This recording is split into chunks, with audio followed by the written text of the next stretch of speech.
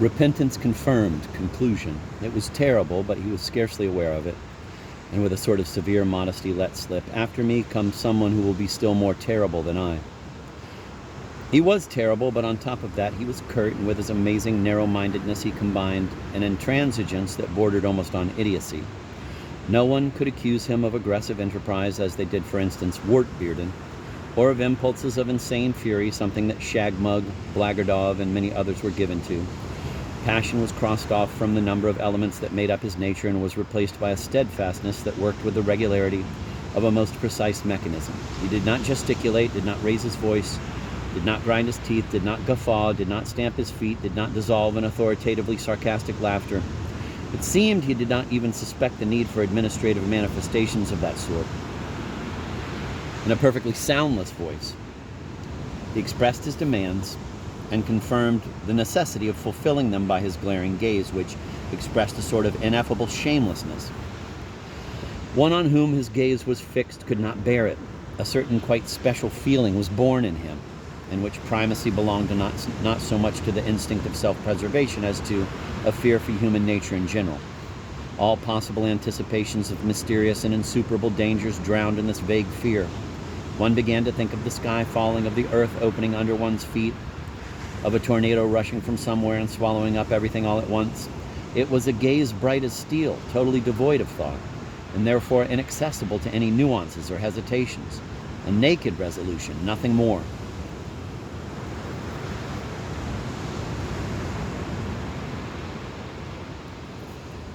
As a narrow-minded man, he did not pursue anything except the regularity of formation.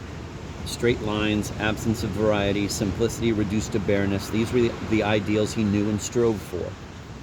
His notion of duty did not go beyond a general equality before the rod. His idea of simplicity went no further than the simplicity of an animal, exposing the perfect nakedness of its needs. He did not recognize reason at all, and even regarded it as the worst enemy, which entangles man in a net of temptations and dangerous fastidiousness. He stopped in perplexity before anything that smacked of gaiety or mere leisure. This is not to say that these natural manifestations of human nature drove him to indignation. No, he quite simply did not understand them. He never was enraged, did not seethe, did not seek revenge, did not persecute, but like any other unconsciously active force of nature, went ahead, sweeping from the face of the earth everything that had no time to step out of his way. "What for?" was the only phrase with which he expressed the impulses of his soul.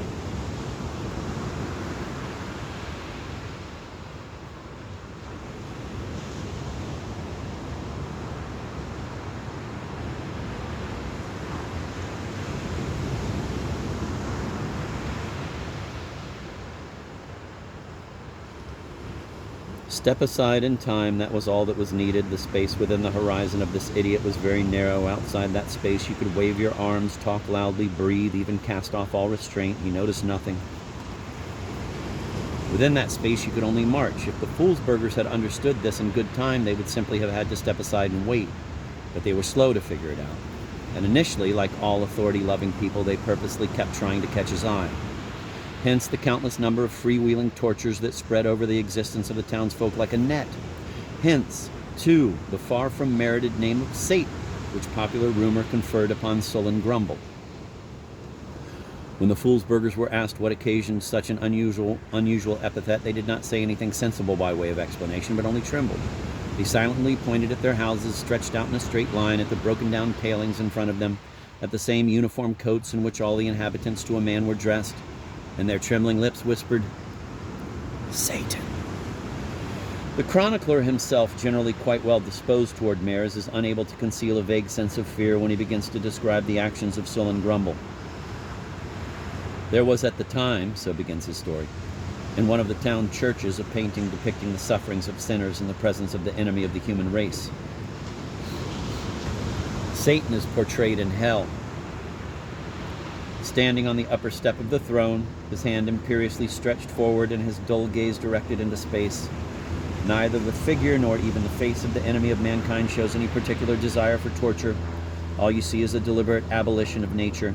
This abolition produced only one distinct action, the imperious gesture, and then, having concentrated on itself, it turned into a petrification, But what deserves notice is this: no matter how terrible the tortures and torments abundantly scattered all over the painting, no matter how soul-chilling the grimaces and convulsions of the villains for whom these torments are prepared, every beholder is bound to imagine that even these sufferings are less intense than the sufferings of this true monster, who has overcome all that is natural in himself to such an extent that he is able to contemplate these unprecedented sufferings with a cool and uncomprehending gaze. Such is the beginning of the chronicler's account, and although the story breaks off at this point and the chronicler never comes back to this recollection of the painting, one cannot help thinking that it is thrown in here for a reason.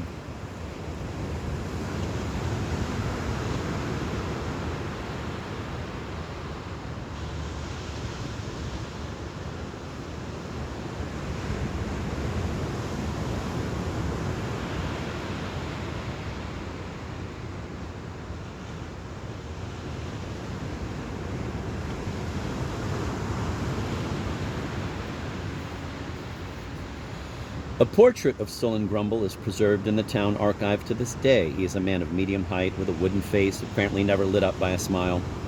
Thick, pitch-black, closely cropped hair covers the conical skull and frames the narrow and receding forehead lightly like a skull cap. The eyes are gray, sunken with slightly puffy lids. Their gaze is clear, unhesitating. The nose is dry, descending almost straight down from the forehead. Thin, pale lips with a trimmed, bristly mustache above them, jaws well developed, though without any special carnivorousness in them, but armed with an inexplicable readiness to crush or bite in two. The whole figure is lean, with narrow, slightly raised shoulders, with the chest artificially thrust forward and with long, muscular arms.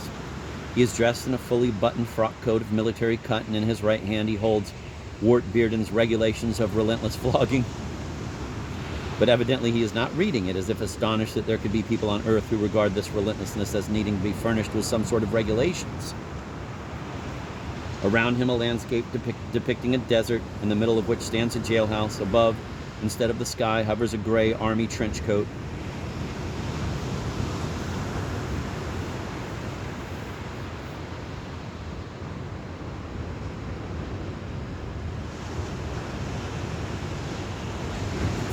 This portrait makes a very dismal impression. Before the eyes of the beholder rises the pure type of an idiot who has made some dark decision and sworn in his heart to accomplish it.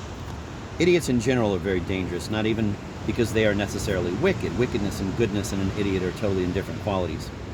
But because they are strangers to any reasoning and always push straight ahead, as if the path they are on belongs only to them. From a distance it may seem that they are people of strict but well-established convictions who consciously strive toward a firmly fixed goal. That, however, is an optical illusion which one ought not to fall for. They are simply beings tightly sealed off on all sides, who barge ahead because they have no way of knowing they are connected with any order of things. Usually certain measures are taken against idiots so that in their mindless precipitousness they do not overturn everything that stands in their way, but these measures almost always deal only with simple idiots. When on top of idiocy there is authority, the task of protecting society becomes When on top of idiocy there is authority, the task of protecting society becomes significantly more complicated.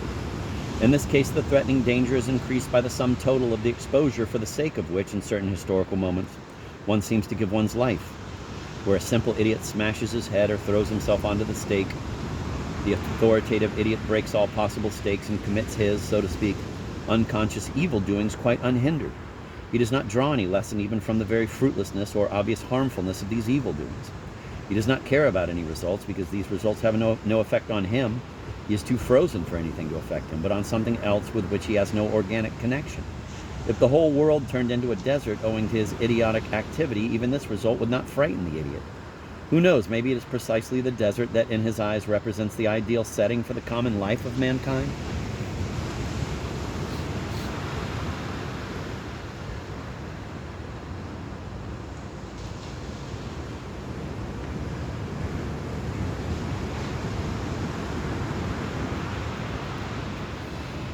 It is this stone-like and perfectly complacent idiocy that strikes the beholder in the portrait of Sullen Grumble. No questions can be seen in his face. On the contrary, there is in all his features a soldier's imperturbable assurance that all questions were answered long ago. What are these questions? How have they been answered?